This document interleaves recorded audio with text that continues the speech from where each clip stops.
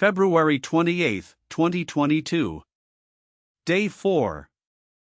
The night before, the President's office had called. There would be talks. The Russians had agreed to meet. The location, the Belarusian-Ukrainian border, somewhere near the Pripyat River. We were told to prepare and be ready to leave in the morning. I want to tell you what my first reaction was. Not what I said.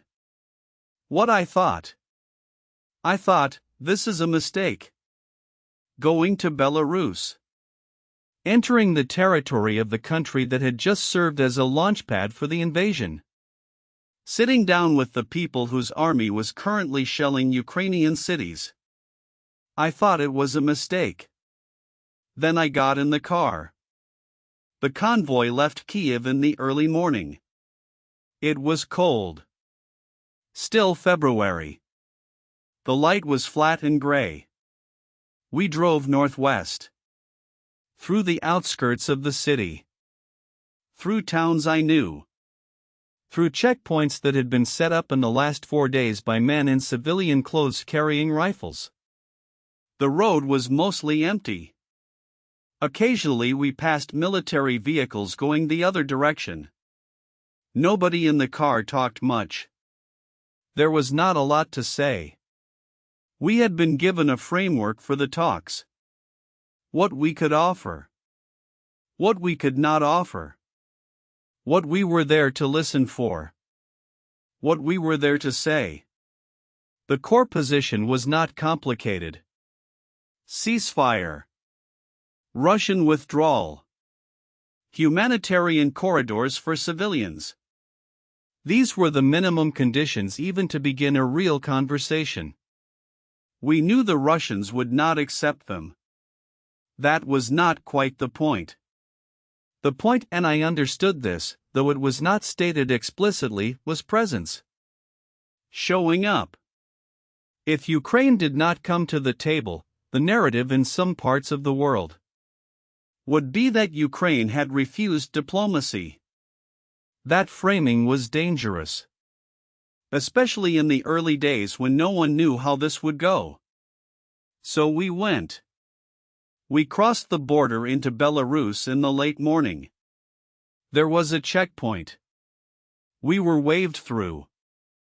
I had been to Belarus before. Many times.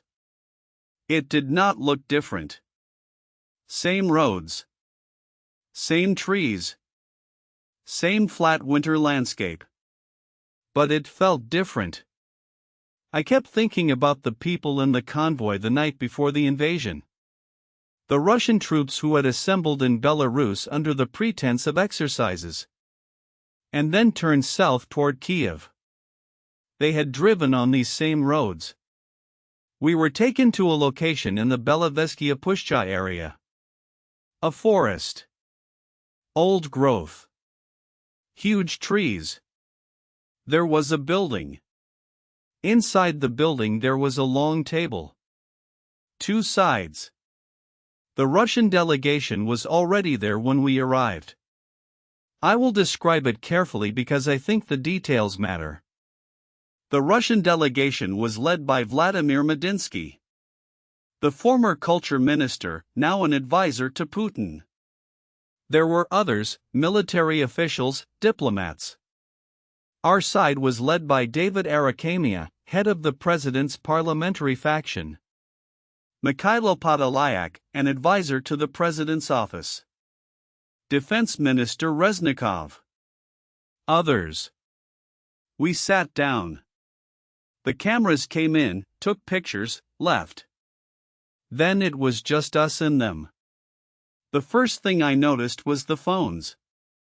Several people on both sides had phones on the table. Visible. Connected. The assumption was that Moscow was listening in real time. Possibly giving instructions. That shapes how you speak in a room like that. You are not just talking to the people across the table. You are talking to whoever is on the other end of those phones. Medinsky opened.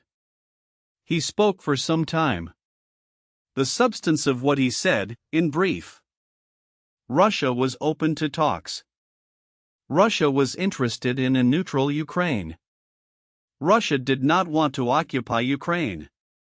Russia was prepared to discuss security guarantees. He did not mention a ceasefire. He did not mention withdrawal. He did not mention the ongoing bombardment of Ukrainian cities. Arakhamia responded. His position was simple and direct. No ceasefire, no real conversation. The shooting had to stop. People were dying while we sat in this forest. The Russians said a ceasefire was a matter for the military. That it was not something that could be decided at this table. I want to be precise about what this meeting was and was not.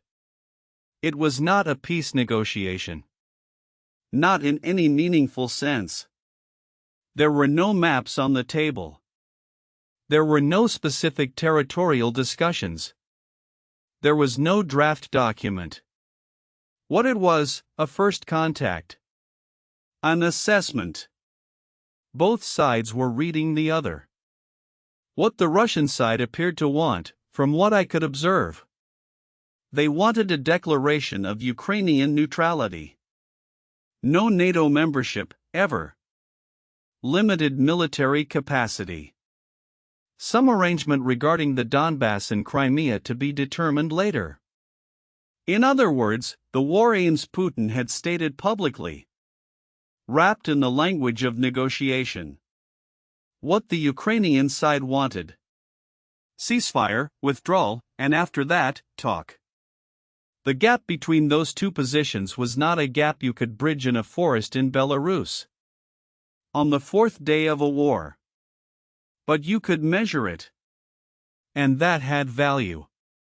At one point, one of the Russian officials said something that I thought about for a long time afterward. He said, in effect, this conflict is going to end at a table. The question is how many people will die before you come back to this table. It was meant as a threat. It landed as one. But it was also, and I did not say this aloud, probably true in the mechanical sense. Most wars do end at a table. The question is always what the table looks like by the time you get there. We were there for several hours. Late afternoon, we broke. Agreement to meet again. No ceasefire. No withdrawal. No humanitarian corridors confirmed. We drove back toward the Ukrainian border. There is a moment at the end of a meeting like that, where you stop performing and just think. The car is moving. You are tired. And you ask yourself what you actually learned.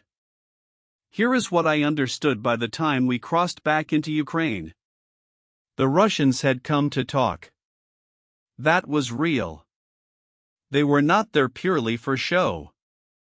There were people in that room who appeared to believe that some kind of agreement was possible. But their version of an agreement was not recognizable to us as an agreement. Their version was capitulation with a different name. The second thing I understood. This was going to last longer than 4 days. The Russian side did not behave like an army expecting victory in 72 hours. They behaved like people who had settled in for a process. That told me something about what they knew about their own military situation. That we did not yet know. The talks continued. There were more rounds. In Belarus, then in Turkey, then by video. By April 2022, they had effectively ended. The Bucha revelations ended whatever political space remained for negotiation. What those early talks produced, concretely, very little. Some humanitarian corridors were eventually discussed. No lasting ceasefire was achieved. No withdrawal happened. The war went on. I think about that table sometimes. The old trees outside. The phones face up on the table. The gap between the two positions that was never going to close in that room. And that official's phrase, "This conflict is going to end at a table." He was probably right. What he did not say, what nobody at that table could say, was how many tables there would be between that day and the last one. Or what either side would look like by the time they reached it. February 28, 2022. Day 4. We went to the table. We came back. The war was still there when we returned.